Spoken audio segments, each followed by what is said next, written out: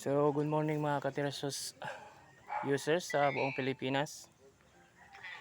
Ngayon, nandito tayo sa labas para mag-relocate ng isang lote gamit yung CAD stakeout na features ng NOAA app. Kung natatandaan nyo, meron akong video doon sa YouTube na yung last in-upload natin yung object na ginawa natin sa AutoCAD papuntang Android phone. So, nandito na tayo, naka-open na yung Android phone natin. Ito tayo sa project. Ito yung project natin. Yan. Tapos punta tayo sa survey. Hindi pa pala. Dito tayo sa device. Kukonek natin yung Android natin 621. Yan, connect natin ulit. Yan. Connect na. Base. Yan yung link niya, status. Tapos device. Yung device na yan yung base. Then dito po yung mga configuration niya. Yan. So, balik tayo. Punta tayo sa survey. Checkin natin yung CAD stakeout kung nandun na ba yung isi-set out nating data. Yan. And then yan na yan. Pero, sa ngayon, wala pa kasing ano eh.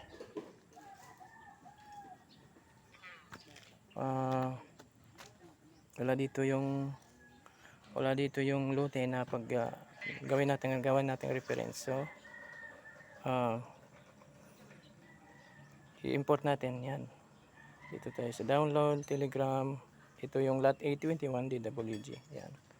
So, nandito na tayo. Itong lot 814, yan. Yung N4 at saka N4. Basic tayo sa N4. Tapos, check natin sa N3. Yan. So, balik lang tayo doon sa main device. Disconnect natin yung Bluetooth lang ha. Bluetooth lang i-disconnect dahil magkoconnect tayo sa router. Yan. Tapos, balik tayo doon. Connect tayo sa ito 735 ang last digit ng sa router. So dito tayo magko-connect. Yan. Ko-connect natin para magamit natin yung router. Yan, check natin yung router. So ayan, pareho sila ng frequency, pareho sila lahat, dapat pareho. Tapos punta tayo sa survey. CAD stakeout. So nandyan na yan yung ano natin. Nandyan yung pagbabaksite natin. Yan. And then yung mga coordinates. N4. Tapos N3. So, ngayon naka-float tayo dahil yung cloudy kasi siya eh. Cloudy yung ano niya. Atmosphere niya. So, itaas lang natin tong ano. Taas lang natin tong rover ano niya. Itong pool. Taas lang natin mga 1.6. Kung okay ba. So, nag-fix siya. Yan, makikita naman sa screen. Na nag-fix siya. So, ngayon, we're good to go na para mag-base shift tayo. Punta lang tayo doon sa tinanggal yung pag-base shift pa natin na corner 4.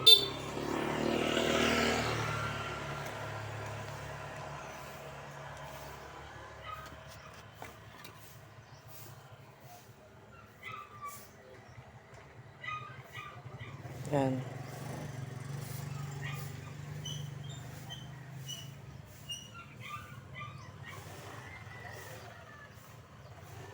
Dito na tayo sa site.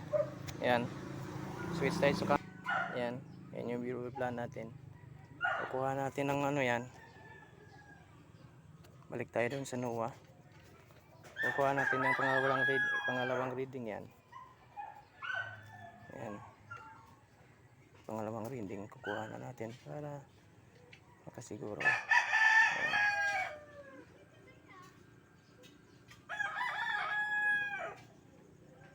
Okay. So, labas lang tayo dito. Base shift tayo. Yan. Calculate. Punta tayo sa detail. Yung detail 0.2 o 0.2 tayo. Yan. 0.1 okay din yun. Tapos, yung known point niya, local coordinates ay N4. So, punta tayo sa import. From survey point. Tingnan natin mayroon tayong nakuha. Okay, import. Yan, select natin. Tapos yan, select natin. Select. So yan na yung meron tayong GNSS point at saka local coordinate. Calculate lang natin. Tapos i-apply natin. So okay lang. Pupunta tayo sa CAD stakeout. At hanapin natin yung entry na. Yan, entry na yan. I-relocate natin para ma-check natin yung ma-check natin yung tolerance niya. So, ayan. Tara.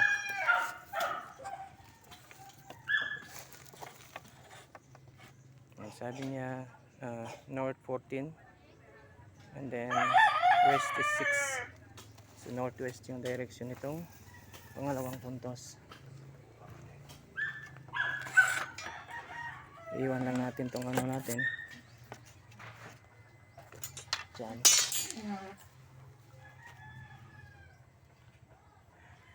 Ayan. Hanapin natin yun kung saan. Dito lang yan.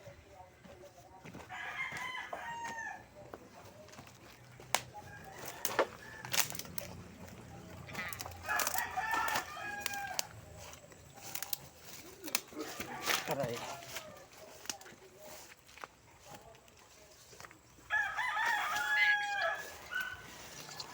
Dito lang yun. Hanapin natin dito.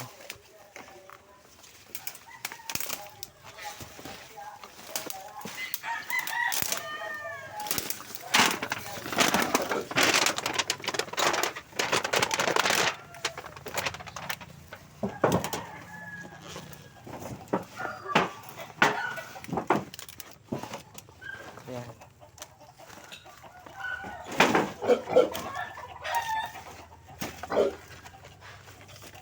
So switch tayo sa switch tayo sa camera para makuha na natin yung DL. Ayan, nandiyan yung DL.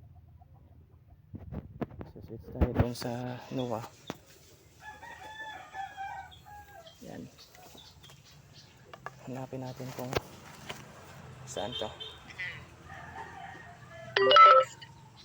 So okay, ang puntos niya is meron lang siya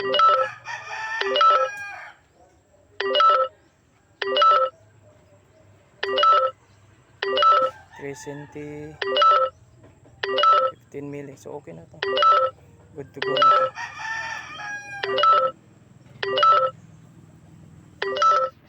Switch tayo sa camera. Okay lang yan. Yan, pag narinig nyo yung ganyan, within tolerance na yan, yung boses na yun, yung ano na yun, so tolerance na yun. Switch tayo sa mga yan. Yan, okay na yan. Very good to go. So dito, punta tayo sa balik tayo doon sa survey dahil gagawa tayo ng reference. 0.3 natin, lagay natin ref lang, ref. Which means yun yung reference natin, 0.3.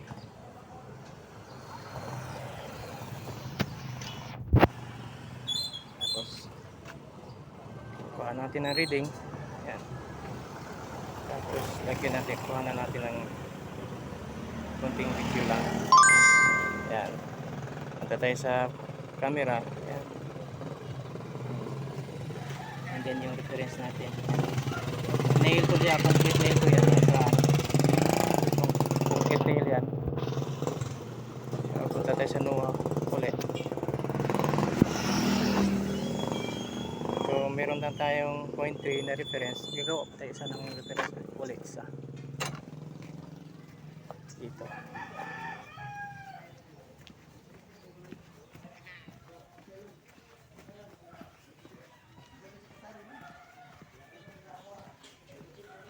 Meron na akong ginawang reference dati, concrete nail din. Okay na si Erot ang dalawa lang para kung sakali naman mawala yung muhon doon or matabunan, meron tayong ito, meron tayong ref 1, ref 2. Yan, ref 1, ref 2. Tapos yan.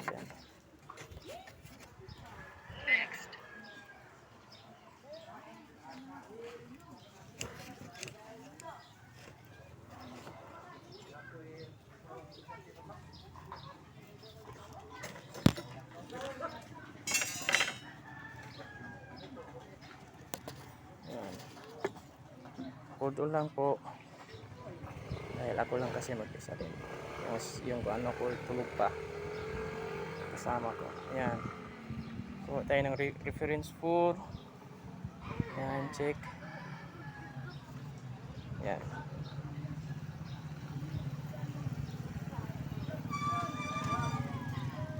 okay, and then switch tayo sa camera para makita natin yung puntos ng tingnan dyan.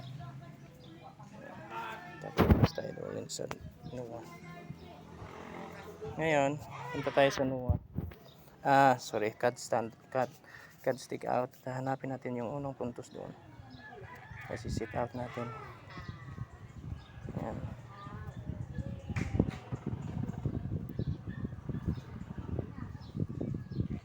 Ayan. Hanapin natin yan.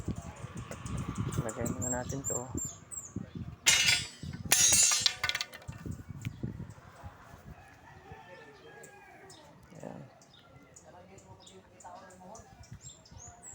Dito tayo sa pinakauna. Itong kasi yung ritsura nito ganyan. So pindutin lang natin yan. Hanapin natin yung N1. Tara na, stick out natin yung N1. Point stick out.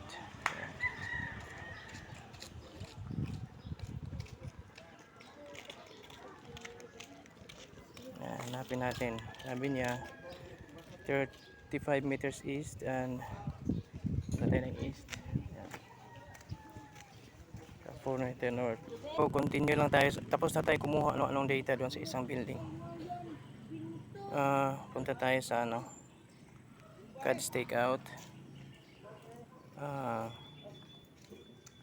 Hanapin natin yung N3, I think N3.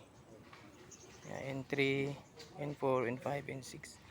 N3 parang nasa sapa. Subukan lang natin N3. N3, point stick out. Yan. Sabi niya 2 north, 2 east. Ito na east. 2.7. Nandito yung isa kapuntos. Then 2 north. Right. Dito. 1 meter north. West. West is 0.4.5. So nandito yung sa kapuntos nito. Yan.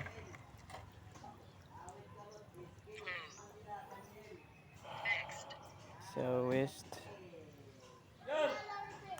20 cm.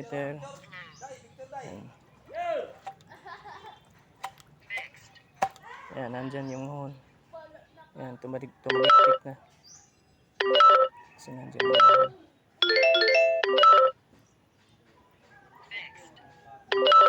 Yan. Yan. Posible pong mohon yan. Nandyan. Kuha lang tayo ng mga usok. Usokan natin.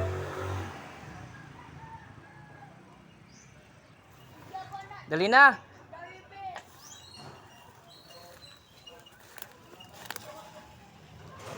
Yan. Usokan lang natin. Kahit ano lang. Yan.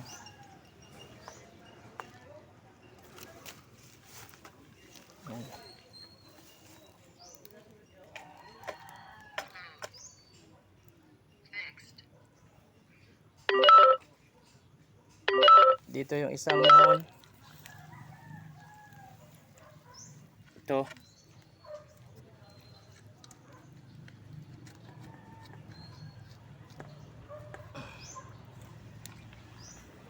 Yan. So diha utol siya. Kaya padong pa dito paana. Oo, Pakurbada. kurbada na siya. Oo. Pakurbada pa.